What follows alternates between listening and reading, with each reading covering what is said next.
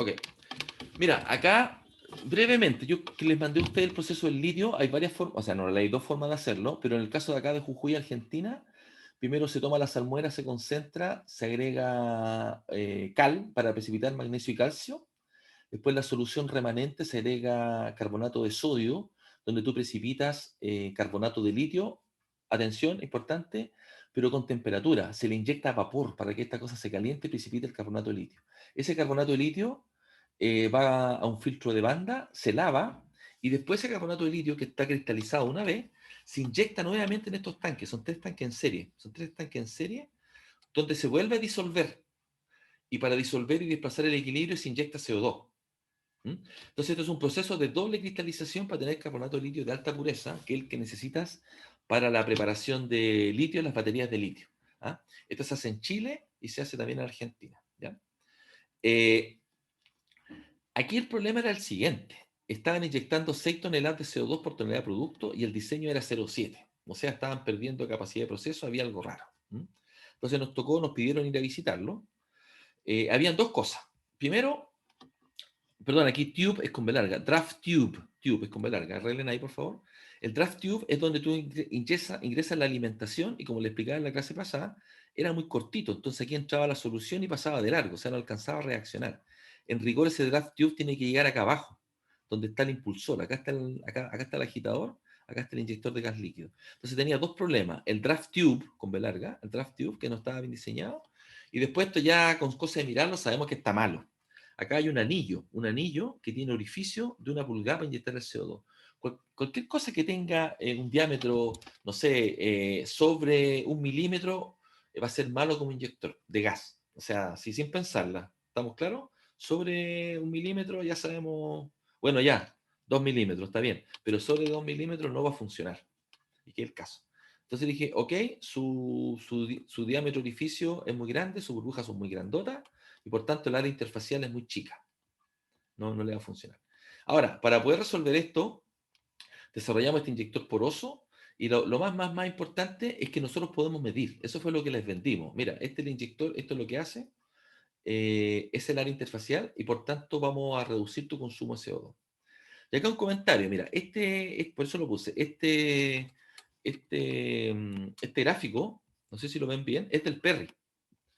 Entonces aquí, fíjense que en el Perry muestra una forma de predecir el tamaño de burbuja en función del Reynolds, velocidad del gas, las densidades, la viscosidad, pero este gráfico tiene un problema. ¿Mm? ¿Qué problema ven ustedes en el gráfico? Yo digo que es un gráfico mentiroso. Sofía Tapia, ¿qué problema ven en este gráfico? Sofía Tapia, ¿qué problema ven en este gráfico? Sofía está. No sé, profe. Pero qué cosa extraña ve, o alguien que ve alguien, ¿quién ve algo que no, que como que no cuadra? Puede ser la escala, Muy el bien, número de Reynolds. muy bien. Claro, cuando tú tienes un gráfico con escala logarítmica acá y con escala logarítmica acá, si lo coloco en lineal, esto es una nube de puntos. Entonces, una forma de esconder información es a través de las escalas logarítmicas. Eso no es bueno. Eso se hacía hace 40 años atrás, cuando no tenéis ajuste de modelo, no tenéis buenos experimentos. Pero claramente este gráfico no muestra nada, una tendencia así como una nube de puntos. ¿Me explico? ¿Y saben por qué esto ocurre? Porque no podían medir tamaño, no podían medir tamaño de burbuja. Nosotros sí.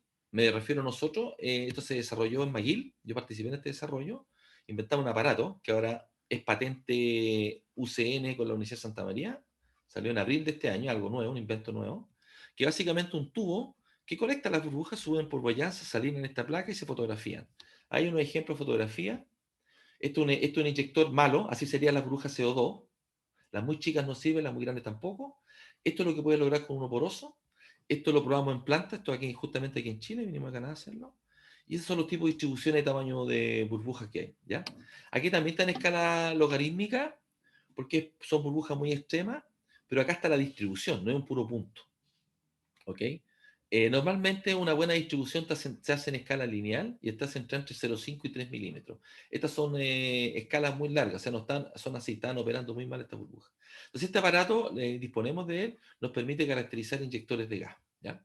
El inyector de gas fue básicamente un tubo con orificio en el cual se le puso una tela filtro Y acá está implementado, acá está el reemplazo del anillo por esta suerte de araña, ¿te fijas? Y acá un poco anecdótico, el diseño que era alemán tenía acá unos impeller, unos agitadores, que según ellos iban a cortar las burbujas. Eso no ocurre, ¿ah? Por esfuerzo de corte. Eso no ocurre, a menos que tú tengas una distancia, un gap muy pequeño, ¿ya? Y claramente no funcionó. Acá está el inyector nuestro, ese es una burbuja más pequeña, y aquí básicamente pasamos, de los 7 pasamos a una tonelada de CO2 por tonelada de producto. O sea, se logró reducir 7 veces el consumo. Eso en plata son del orden de $300.000 al año. $300.000 que recuperáis en CO2. ¿Ya? Es el caso de estudio de Jujuy, Argentina, la planta de carbonato de litio.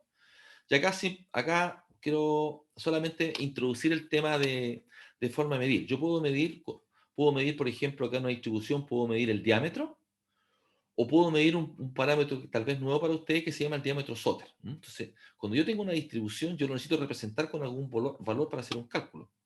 En general, el diámetro promedio, no en general, el diámetro promedio, cualquier cosa que usted tenga en promedio, siempre es malo, no representa a la población. Y lo que se ocupa el diámetro Soter, que en términos simples, quiere decir que representa el mismo volumen de la población original y la misma área superficial. Por eso aparece aquí el 3 y el 2. El 3 se refiere al volumen, el 2 se refiere al área. Y por ejemplo, si ustedes miran aquí el 2 con el 0, quiere decir que representa la misma superficie y la misma cantidad de elementos que la población original. Y el D10, que es lo que más ocupa, tiene los mismos diámetros. Si yo pongo todas las burbujas, todas las partículas, todas las gotas juntas, para tener el mismo largo que si tuviera un solo diámetro equivalente y cero es la cantidad, ¿ya? Esto representa la longitud, esta es la superficie, esto es el volumen, y ambos la misma cantidad de elementos. Aquí representa el T32 solo el volumen y el mismo diámetro, y atención, no necesariamente la misma cantidad de elementos, ¿ya? La misma cantidad de elementos de la población original. Y esto que está acá, este concepto es aplicable para partículas, para gotas, para todo lo que quieran.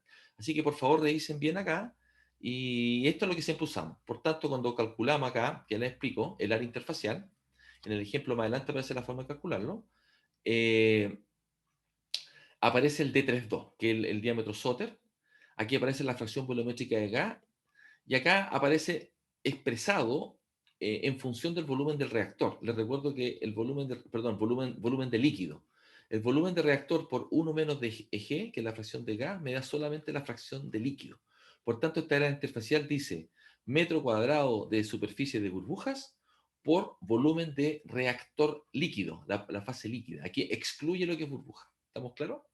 Entonces, el tema de cómo calculo la área interfacial depende si es referido al gas, al líquido o al volumen total. ¿Ya? Otro concepto importante acá que a mí me ha servido mucho en mi vida profesional para establecer si un contactor gas líquido opera bien o mal. ¿Ya? Y aquí, cualquier cosa que esté sobre 4 centímetros por segundo no va a ser no va a ser un buen contacto gas líquido, porque van a empezar a coalescer. Entonces, si se fijan acá tenemos el diámetro del reactor y acá tenemos la velocidad en metros por segundo del gas. Aquí aparece 0,5. Mi criterio es 4. 4 es máximo. ¿Ah?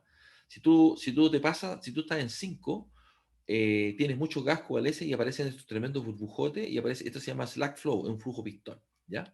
Acá hay una zona de transición que obviamente depende de los sólidos, de la tensión superficial, del tipo de gas, un montón de cosas. Pero aquí tú te vas a la segura que tiene un reactor heterogéneo, que tiene solo burbujas bien dispersas, no tiene grandes burbujas. Así que raya para la suma de esta figura que está acá, que lo ocupamos mucho, no pasarte los 4 centímetros por segundo. Esa es mi experiencia, ¿ya? 2,5 máximo ahí operan bien, pero obviamente depende si tienes sólido o no. Jeremy Baeza, ¿estás claro con el criterio de contactores gas líquido en reactores tubulares, cierto? En columna. Sí, profe. Ya, esto es súper útil, no sé si aparecen los textos. El otro concepto importante, entender la área interfacial. Y aquí justamente hago un cálculo del área interfacial, donde hay un reactor de 10 metros cúbicos, y aquí básicamente dejé como preparar el cálculo para 6 milímetros. Y lo que uno hace, primero calcula cuánto gas tengo. Son los 10 metros cúbicos del reactor por la fracción de gas, que en este caso tengo un 5% de gas, en el caso del reactor de 6 milímetros. Por tanto, el volumen de gas va a ser el volumen del reactor por 5%, ¿sí? Y esto va a ser equivalente a la cantidad de burbujas que tengo por el volumen de cada burbuja. Como son burbujas de 6 milímetros, esto me va a permitir calcular el número de burbujas. Es decir, despejo acá el número de burbujas y para ver el área total voy a multiplicar el número de burbujas por la superficie de cada burbuja. Como si sé que son de 6 milímetros, ¿cierto? Pi cuarto por el diámetro en metro al cuadrado me da el área de la burbuja, me da el área total. Y el área interfacial va a ser el área de burbuja dividido por eso. Si uno ya aplica ecuaciones, si aplica ecuaciones por el volumen del líquido, va a llegar a esta deducción que está acá. ¿Ya? Ahí aparece aquí aparece un pi sexto que está metido. Un pi sexto. Y esa es la forma de calcularlo. ¿Ya? ¿Está claro cómo calcularlo? Necesitan el ejercicio numérico para poder verlo. No sé, las personas ahí que querían el cálculo. Gerardo Figueroa, ¿te voy a hacer el cálculo?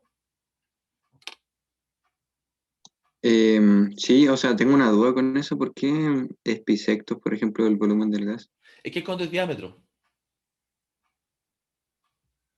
Es que este es Pero volumen. se supone, No, acá, es que acá es la superficie, en la cáscara. 4 pi de cuadrado. En la cáscara exterior. En la superficie de la burbuja. Y acá el volumen, pues. ¿no sería 4/3? Si es que se asemeja Es que ese es a una radio. esfera. Es que ese es radio. Aquí está calculado con diámetro. Ah, ya, perfecto. ¿Ok? Ya, aquí el último comentario que les voy a hacer. Cuando ustedes tienen esto por favor pongan alta atención y anoten esto. Cuando ustedes tienen un tarro, un reactor, miras un reactor como el que está acá, el que les mostraba el caso del reactor de cianuro, el oxidador de cianuro. Ese reactor. O si miras este reactor, si tú, por ejemplo, tu volumen es 10 metros cúbicos, no sé si se dan cuenta que dentro del tarro hay cosas. Hay baffles, hay tubos, hay un montón de cosas. Entonces, súper importante entender del volumen efectivo del reactor es cuando tú descuentas las cosas internas, los baffles y todo eso, ¿ya? Y normalmente eso puede ir de un 10 a un 30% pueden ser cosas. Por tanto, si tu volumen es de 10 metros cúbicos, en rigor, debería ser por punto 9, punto 7 el volumen que tienes adentro vacío de reactor. ¿Ok? Entonces, es el volumen que tiene tu reactor, tienes que descontar las partes móviles, las partes mecánicas. Cristian Giovine, ¿estamos claros? Sí, profe. Ya, y más encima, Dominica, más encima, por favor, cuando ustedes diseñen un reactor, siempre, escuchen bien, siempre tienen que agregar un 10% de la altura en el tope para los rebalses. ¿Estamos? Y siempre tienen que agregar a la altura de su reactor, de su volumen de líquido, la expansión del gas. Y ese cálculo es re fácil, porque tú dices cuánto se va a subir el líquido, tu altura lo divides en 1 menos Eg, extracción de gas. Por ejemplo, si tu reactor va a operar un 20% de volumen de gas, la altura efectiva que debería tener el reactor es H dividido en 0,8, porque se va a expandir. Esos son errores típicos que uno los ve en planta, uno dice cómo tanta ingeniería, tanto estudio, tanto ingeniero, y ve que las cosas se rebalsan. Se rebalsan primero porque tú no le agregaste el 10% de libertad, de espuma, y no consideraste la expansión del lecho. Es un error típico. Esto que le acabo de decir lo vamos a preguntar en un certamen o en un quiz. Así que por favor, revisen esto último que acabo de hablar, porque esto es hacer ingeniería, ¿ya? No solo ecuaciones, entender por qué están haciendo las cosas, ¿ya? ¿Estamos claros? Alex Esteban, ¿estamos claros que ya lo expliqué y le estoy diciendo explícitamente que lo voy a preguntar en una prueba y le digo que profesionalmente es importante que ustedes manejen todo esto que acabo de hablar? Sí. ¿Sí? Ya, Nicole Smith, ¿usted tiene alguna duda de lo que acabamos de explicar y ver? No, no tengo ninguna duda. Perfecto, vamos a cerrar la clase, porque esto, y si quieren se van a la clase de Paula, se van a dar cuenta que están en la misma transparencia y la misma slide. ¿Ok? ¿Profe va a mandar las clases hoy día? Sí, por lo menos que puedo hacer el tema del Dropbox, dejarlo compartido. Pero Ya. va a decir Zoom 0, Zoom 1, Zoom 2. Lo ideal es que esté en la playlist con los nombres para que puedan estudiar, sepan de qué se trata. Pero por lo menos lo que Ya, está explicado hoy pero día, los sí. videos en la playlist van a estar ¿cuándo? Porque usted Eh, había dicho de que un ayudante hacía el tema sí, el ayudante, de Eduardo Saldivia, el ayudante, que él es responsable de que estén en la playlist. Eduardo Saldivia. y ¿Ok? oye, profe, sinceramente no creo que sea como correcto que, por ejemplo, no haya llegado las clases ayer en la noche, entonces por eso quería pedirle, por favor, que usted conoce al ayudante y si el ayudante es el responsable, dígale, por favor, ayudante, suba las clases a tiempo. Ya, voy a subirla en 15 minutos personalmente para asegurarlo. Cerramos la Ya, clase. muchas gracias, profe.